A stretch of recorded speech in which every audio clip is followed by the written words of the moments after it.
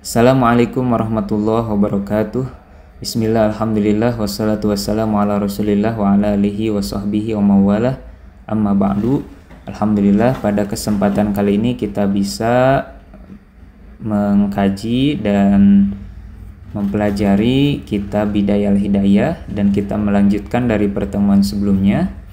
Alhamdulillah kita sudah sampai pada redaksi fama afsadahu hadal magruru. Ya. Silahkan disiapkan kitabnya untuk dilogat, dan mari kita awali dengan membacakan basmalah bersama-sama. Bismillahirrahmanirrahim. Kita langsung saja logat. Qala al-musannifu rahimahullah ta'ala wa nafa'ana bi ilmihi amin ya rabbal alamin. Bismillahirrahmanirrahim. Fama, maka sesuatu, afsadahu, yang dirusak, hadal magruru, oleh orang yang tertipu ini, bi'amalihi, dengan amalnya atau dengan perbuatannya, aksaru, lebih banyak, mimma, daripada sesuatu, aslahahu, yang diperbaiki, bi'akwalihi, dengan ucapannya. Nah, ini menyambungkan dengan konteks yang sebelumnya, bahwasannya ada kelompok orang pencari ilmu yang dia tergolong ke dalam kelompok yang celaka. Nah, diantaranya itu adalah orang yang berilmu tetapi tidak mengamalkan ilmunya, mengajak kepada orang lain untuk berbuat baik tetapi yang dilakukannya malah sebaliknya, begitu, yang disebut oleh Rasulullah sebagai ulama ussu. Kemudian di paragraf ini dijelaskan bahwa kerusakan yang ditimbulkan oleh orang semacam ini, ya, oleh ulama su ini atau orang yang tertipu ini, bi'amalihi, dengan amalnya, dengan perbuatannya, aksaru, itu lebih besar, mimma aslahahu, daripada yang diperbaiki, bi'akwalihi, dengan ucapannya. Nah, ini kan ketika misalkan mengajak orang lain dengan perkataannya, ketika ulama su ini mengajak orang lain untuk berbuat baik tetapi dia malah mencontohkan kebalikannya, artinya dia malah mencontohkan yang sebaliknya atau yang tidak baik, maka justru kerusakan yang ditimbulkan itu lebih besar daripada kemaslahatan yang disampaikan dengan ucapannya. Kenapa? Karena di paragraf sebelumnya dijelaskan bahwa manusia itu lebih cenderung untuk mengikuti perbuatan daripada ucapan, daripada hanya ucapan saja, gitu. Kemudian kita lanjutkan logatannya. Idla yastajri'ul jahilu ala rogbati fid dunya. Idla yastajri'u, karena tidak akan berani, al jahilu, orang bodoh, ala rogbati, mengharap atau menginginkan, fid dunya, dunia, illa bistijro il ulama'i, kecuali dengan beraninya para ulama, gitu. Nah, kebanyakan di masyarakat itu kan akan melihat sosok ulama. Nah, ketika misalkan sosok ulama yang diikuti oleh masyarakat itu mencontohkan sesuatu A, maka orang lain atau masyarakat itu akan mengikuti, begitu. Faqad soro ilmuhu, ya, maka ilmunya menjadi sababan, sebab, lijaroati ibadil, pada keberanian hamba Allah, ala ma'asihi, untuk bermaksiat, gitu. Jadi masyarakat itu akan berani untuk melakukan yang sebetulnya itu maksiat, gitu, karena mereka melihat contoh, gitu, dari ulama su itu tadi. Wa nafsuhu al-jahilatu, dan nafsunya yang bodoh, mudillatun ma'adzalika, mendorong akan hal itu, tumannihi, pada angan-angannya, wa turojihi, dan pada harapan-harapannya, wa tad'uhu, dan mengajaknya, ila an yamunna, untuk berharap, alallahi, kepada Allah, bi'ilmihi, dengan ilmunya, wa tukhayyilu, dan menghayal, ilaihi, kepadanya nafsuhu al-ammaratu, nafsu amarah atau hawa nafsunya, annahu bahwa dia khairun lebih baik min kasirin min ibadihi dari pada kebanyakan hamba Allah gitu. Nah, jadi ketika ada ulama su mencontohkan sesuatu yang tidak baik dan itu diikuti, maka tidak hanya yang mengikutinya itu melakukan maksiat dan dia berani melakukan maksiat itu karena ada contohnya oleh ulama su tersebut, ya. Bahkan lebih jauh dari itu, nafsu amarah atau hawa nafsunya itu akan mendorong, akan membuat hayalan bagi dirinya bahwa dia itu lebih baik daripada orang lain, seperti itu. Nah, ini diantara bahayanya ulama su, atau dia orang alim tapi tidak mengamalkan ilmunya, bahkan dia mengatakan sesuatu yang baik tapi perbuatannya itu bertolak belakang, malah melakukan hal-hal yang jelek, gitu, mencontohkan sesuatu yang jelek, seperti itu. Kemudian kita lanjutkan, fakun ayyuhat thalib, maka jadilah wahai pencari ilmu, minal fariqil awal, termasuk pada kelompok pertama. Nah, kelompok pertama itu yaitu orang yang selamat, ya, dimana orang mencari ilmu itu tujuannya benar, yaitu hanya untuk mencari ridha Allah Subhanahu wa ta'ala. Wahdhar an takuna minal fariqisani, dan hati-hati termasuk pada kelompok kedua, karena kelompok kedua ini termasuk orang-orang yang rugi, ya. Ini bisa dicek lagi penjelasannya di pertemuan sebelumnya. Fakam min musawwifin, betapa banyak orang yang menunda-nunda, ajalahul ajalu, betapa banyak orang yang menunda-nunda, dia didahului oleh ajalnya, artinya ajalnya keburu tiba. Qabla taubati, sebelum taubat, fa khosiro, maka dia termasuk orang yang merugi. Wa iyyaka, maka berhati-hatilah engkau, summa iyyaka, lalu hati-hati. Nah, ini sampai diulang seperti ini untuk menegaskan bahwa peringatan yang sangat waspada, ya. Jadi harus sangat berhati-hati gitu. Ini sampai diulang redaksinya. Wa iyyaka, summa iyyaka, kade gitu. Hati-hati. Antakuna, engkau termasuk minal fariqis salisi, pada kelompok ketiga. Nah, kelompok ketiga itu yang celaka tadi, yang termasuk niat mencari ilmunya tidak baik, tetapi dia merasa dalam hatinya itu dia sudah berbuat baik gitu, padahal dia ada di jalan yang salah. Fatahlika, maka engkau celaka, halakan, celaka sekali. La yurja, tidak diharapkan, ma'ahu, dengannya, falahuka,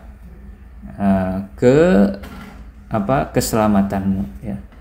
Wala yuntazaru, dan tidak bisa ditunggu, solahuka, kesolehanmu.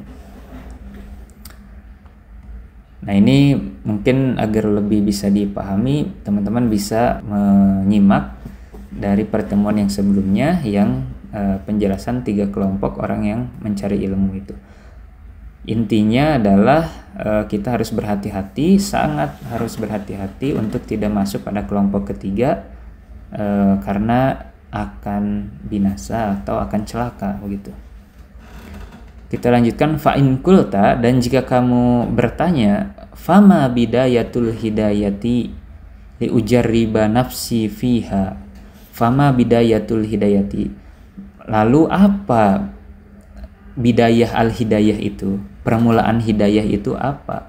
Li ujarriba nafsi fiha, untuk liujariba, untuk mencoba nafsi, diriku, fiha, pada bidayatul hidayah itu, pada hidayah itu. Jadi ketika kata musannifnya, jika kamu bertanya yang mana sih bidayatul hidayah itu, gitu, permulaan hidayah itu yang mana, biar saya bisa mencobanya, gitu. Nah, kemudian ini jawabannya. Fa'lam, maka ketahuilah olehmu anna bidayataha, bahwa permulaan hidayah, haknya itu ke hidayah. Maka permulaan hidayah itu zahirut taqwa, zahirnya takwa. Wa nihayataha, dan akhir dari hidayah itu batinut takwa, adalah batinnya takwa. Fala akibata, maka tidak ada kesudahan yang baik atau akibat yang baik illa litakwa, kecuali dengan ketakwaan.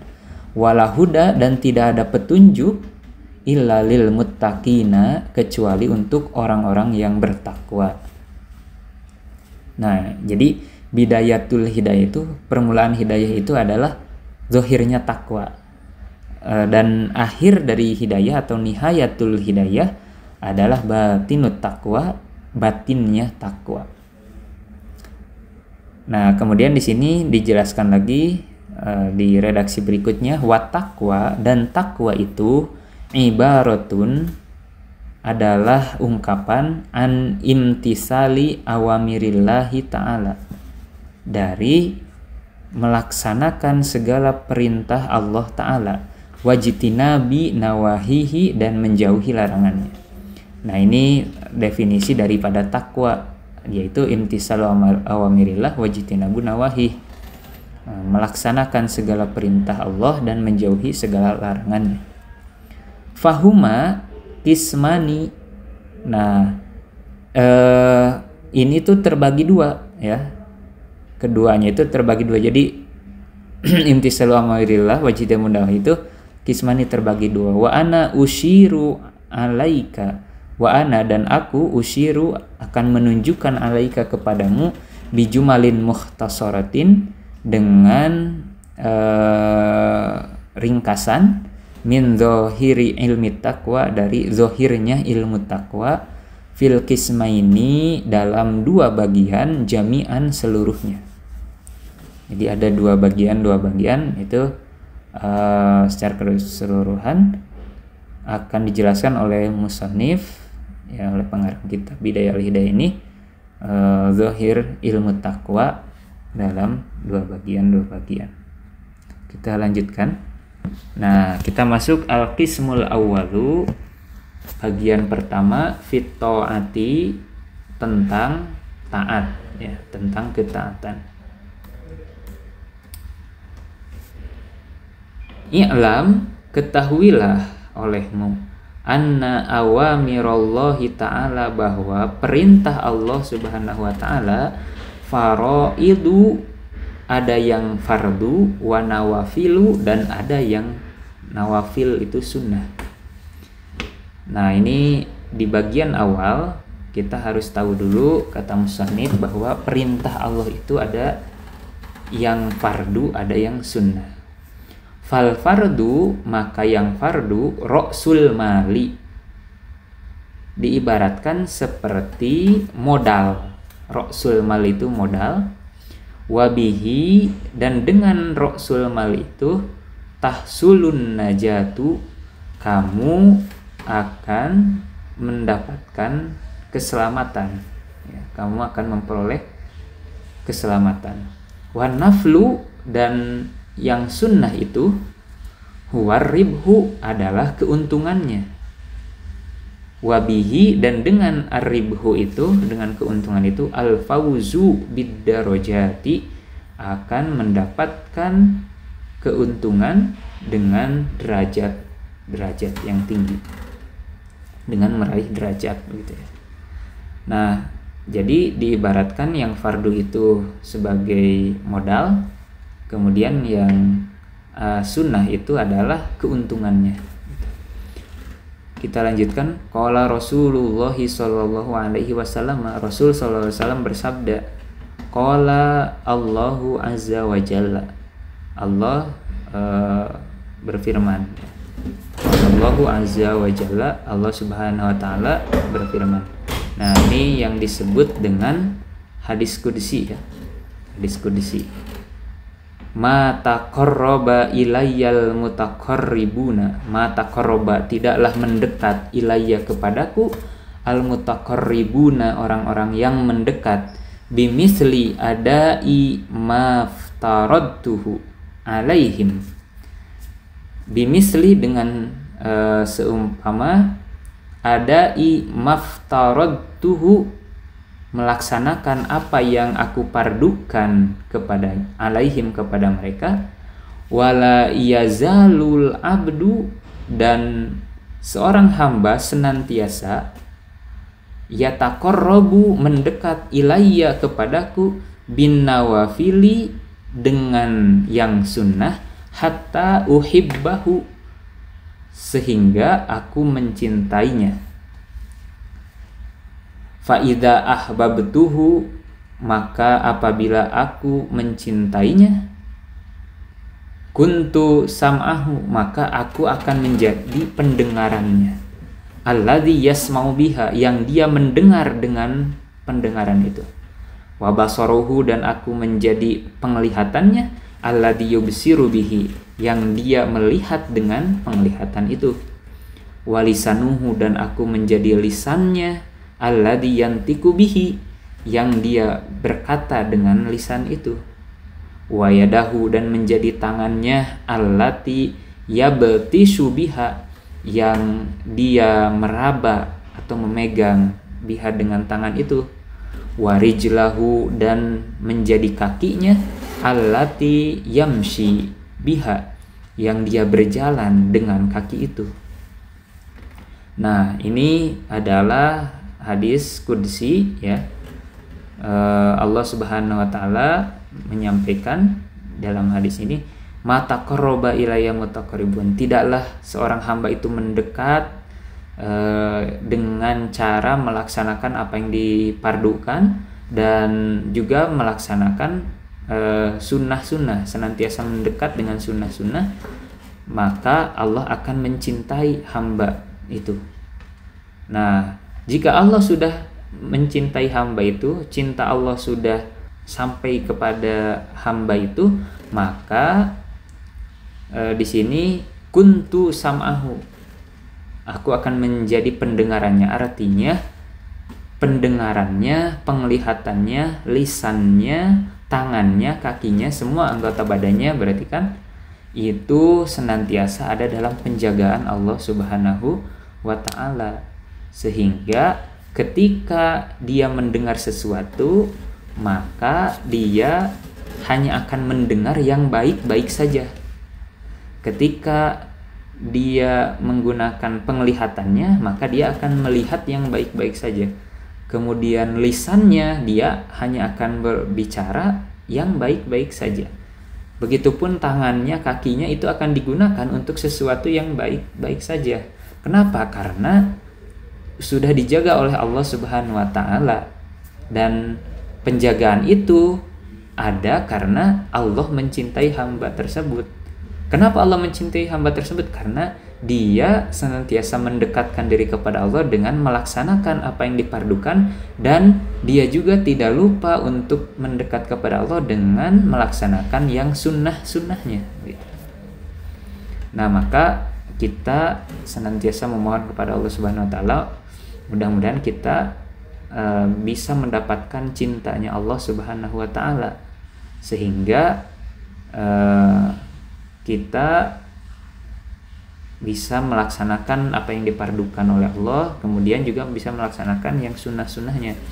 Nah, kalau sudah dicintai oleh Allah, maka segala aktivitas kita itu akan senantiasa ada dalam penjagaan Allah Subhanahu wa ta'ala. Maka segala anggota tubuh kita itu akan terarah pada yang baik-baik saja, gitu. Kemudian kita lanjutkan, walantasila ayyuhat talibu, walantasila, dan engkau tidak akan pernah sampai, ayyuhat talibu, lan itu tidak akan pernah, ya. Walantasila, dan engkau tidak akan pernah sampai, ayyuhat talibu, hei pencari ilmu, ilal qiyami, untuk melaksanakan bi awamirillahi ta'ala, perintah Allah ta'ala, illa bimuraqabati qalbika, kecuali dengan mengawasi hatimu, wa jawarihika dan anggota badanmu, fi lahadzatika dalam gerak langkahmu, wa anfasika dan dalam setiap nafasmu, min hini tumsi dari mulai sore ya, dari mulai petang, ila hini tusbihu sampai pagi. Jadi kita, kata musannif ya, wahai pencari ilmu, kita tidak akan bisa melaksanakan perintah Allah Subhanahu wa taala kecuali kita senantiasa mengawasi hati, mengawasi anggota badan kita, dan dalam setiap gerak langkah kita, dalam setiap hembusan nafas kita, dari mulai kita bangun tidur sampai tidur lagi gitu. Nah, itu kita harus bisa mengawasi hati dan anggota badan kita agar kita bisa melaksanakan perintah-perintah Allah. Ketika kita bisa melaksanakan perintah Allah, maka kembali ke penjelasan sebelumnya bahwa cinta Allah akan turun kepada kita gitu. Dan kita akan senantiasa terjaga. Fa'lam, maka ketahuilah, annallaha, bahwa Allah tabaraka wa ta'ala muttali'un ala domirika. Muttali'un, senantiasa mengawasi ya, mengawasi ala domirika, pada hatimu, wa musyrifun, dan membimbing ala zohirika, pada zohirmu, wa batinika, dan batinmu, wa muhitun, dan meliputi bijami'i khotorotika, semua suara hati ya, kereteng, wal hawdzotika, dan semua gerak langkahmu, dan semua aktivitasmu, wa khotowatika, dan segala langkahmu, wasairi sakanatika, dan semua, dan diammu, dan baik diammu, wasairi sakanatika, dan diammu, waharokatika, dan semua gerakanmu, wa annaka fi mukhalatatika, dan engkau fi mukhalatatika, dalam berinteraksi, wa khalwatika, atau dalam menyendiri, mutaraddidun baina yadaihi, dibalik-balik dalam kekuasaannya. Artinya ada dalam kekuasaan atau dalam pengawasan Allah Subhanahu wa taala. Kita tidak akan bisa terlepas dari pengawasan Allah Subhanahu wa taala secara zahir, secara batin, bahkan suara hati atau kereteng hati kita pun itu akan diketahui oleh Allah Subhanahu wa taala. Pokoknya meliputi semua suara hati kita, kemudian aktivitas kita, langkah kita, bahkan diam kita, gerak kita, kita berinteraksi, kita menyendiri, semuanya itu ada dalam pengawasan Allah Subhanahu wa taala. Fala yaskunu fil mulki wal malakuti sakinun. Fala yaskunu, dan tidaklah ada yang diam, fil mulki wal malakuti, di alam semesta, sakinun, seseorang yang diam, wala yataharraku, dan tidaklah bergerak, mutaharrikun, sesuatu yang bergerak, illa wajabbarus samawati wal ardi, kecuali Allah ya, pencipta langit bumi, muttali'un alaihi, mengawasi kepadanya. Jadi semua apa yang ada di alam semesta ini itu tidak akan luput dari pengawasan Allah Subhanahu wa ta'ala. Fata'addab ayyuhal miskin, maka beradablah wahai orang yang lemah, zohiron, secara zohir, secara lahiriah, wabatinan, dan secara batin, baina yadayillahi ta'ala, di hadapan Allah Subhanahu wa ta'ala. Ta'addubal abdi az-zalili, dengan adabnya, dengan etikanya hamba yang lemah, al-mudnibi, yang berdosa, fi hadratil jabbaril qahhari, di hadapan Allah Subhanahu wa ta'ala yang maha kuasa ya.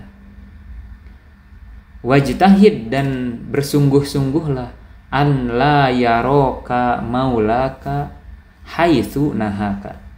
An la yaroka, bahwa tidak akan melihatmu, maulaka, tuanmu, haitsu nahaka, dari apa yang dia larang, wala yafkidaka, dan engkau tidak akan luput, haitsu amaroka, dari apa yang dia perintahkan.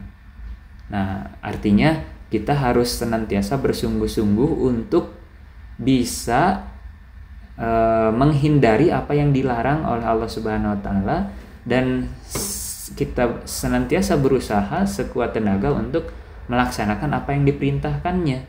Kenapa? Karena setiap gerak langkah kita itu ada dalam pengawasan Allah Subhanahu wa taala. Walan takdiro, dan engkau tidak akan mampu, ala dzalika, pada hal itu, ya, pada untuk melaksanakan yang tadi, ya, hal itu, illa bi an tuwazzi'a, kecuali engkau membagi auqataka, waktumu. Jadi kita tidak akan pernah bisa bersungguh-sungguh untuk menjalankan takwa, melaksanakan perintah dan menjauhi larangan Allah, kecuali kita bisa membagi-bagi waktu. Artinya kita bisa memanage waktu kita.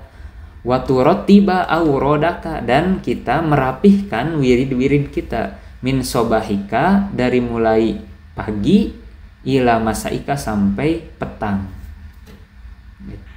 Fasgi, maka dengarkanlah. Fasgi, maka dengarkanlah atau perhatikan, ilama yulko, pada apa yang disampaikan, ilaika, kepadamu, min awamirillahi ta'ala, berupa perintah Allah ta'ala, alaika, kepadamu, min hini tastaikidu, dari mulai bangun, min manamika, dari tidur, ila wakti ruju'ika, sampai kamu kembali, ila marja'ika, pada tempat tidurmu. Berarti selama kita masih hidup, kita harus senantiasa untuk bagaimana cara kita bisa membagi-bagi waktu kita untuk bisa melaksanakan apa yang diperintahkan Allah Subhanahu wa taala dan juga menjauhi larangannya. Kita harus bisa menyusun wirid-wirid kita, doa-doa kita dari mulai bangun tidur sampai tidur lagi.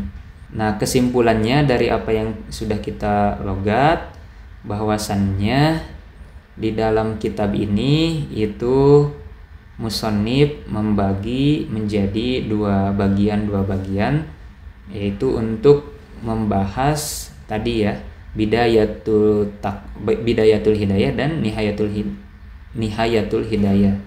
Bidayatul hidayahnya zahirut taqwa, nihayahnya batinut taqwa. Nah, keduanya ini itu diringkas oleh musannif dalam dua bagian, dan kita sudah masuk pada bagian pertama, yaitu tentang ketaatan, ya, tentang awamirillah atau melaksanakan perintah Allah, ya. Nah, perintah Allah itu ada dua, ada yang fardu, ada yang sunnah. Diibaratkan yang fardu itu modal, yang sunnah itu adalah keuntungannya. Kalau kita mau berdagang, kita harus punya modal. Setelah punya modal, kita ingin punya keuntungan, maka kita laksanakan fardu untuk punya modal, dan kita laksanakan yang sunnah agar kita bisa mendapatkan keuntungan. Seperti itu. Kemudian kita harus berusaha untuk bisa dicintai oleh Allah Subhanahu wa taala, agar segala aktivitas kita, anggota tubuh kita itu terjaga oleh Allah Subhanahu wa taala, sehingga kita bisa senantiasa melaksanakan ketaatan kepada Allah Subhanahu wa ta'ala. Dan kita harus sadar bahwa Allah itu mengawasi segala sesuatu, segala gerak langkah kita, dan bahkan segala sesuatu yang ada di alam semesta ini tidak akan luput dari pengawasan Allah Subhanahu wa ta'ala. Maka oleh karena itu, kita sebagai hamba yang lemah, hamba yang penuh dosa, kita harus senantiasa untuk beretika, mempunyai adab kepada Allah di hadapan Allah Subhanahu wa ta'ala, dan kita harus senantiasa berusaha sekuat tenaga untuk bisa menghindari apa yang dilarang Allah dan bisa melaksanakan apa yang diperintahnya. Dan Dan semua itu tidak akan bisa kita lakukan kecuali kita bisa membagi waktu kita, bisa memanage waktu kita dari mulai kita bangun tidur sampai kita tidur lagi. Dan kita harus bisa merapihkan atau menyusun dengan baik aurad-aurad kita atau doa-doa kita ya, dari mulai pagi hingga petang. Nah, nanti di bagian selanjutnya ada fasal-fasal di dalamnya tentang etika-etika kita dalam kehidupan. Di sini yang selanjutnya yang akan kita bahas adalah adabul istiqod minan naum, etika bangun tidur. Nanti doa-doanya apa saja gitu ya, cara bangunnya seperti apa, cara tidurnya seperti apa, dan lain sebagainya, itu akan dibahas di pertemuan selanjutnya insya Allah. Barangkali itu untuk pertemuan sekarang, mudah-mudahan ada manfaatnya dan mudah-mudahan kita senantiasa ada dalam bimbingan dan penjagaan Allah Subhanahu wa Ta'ala. Dan mudah-mudahan apa yang kita pelajari bisa kita amalkan dan menjadi ilmu yang bermanfaat bagi kita di dunia dan akhirat. Kita akhiri dengan pembacaan hamdalah. Alhamdulillahirabbil alamin. Subhanakallahumma wa bihamdika asyhadu an la ilaha illa anta astaghfiruka wa atubu ilaik. Mohon maaf apabila ada hal yang kurang berkenan, ada yang keliru, mohon dimaafkan. Wallahul muwaffiq ila aqwamit thoriq. Wassalamualaikum warahmatullahi wabarakatuh.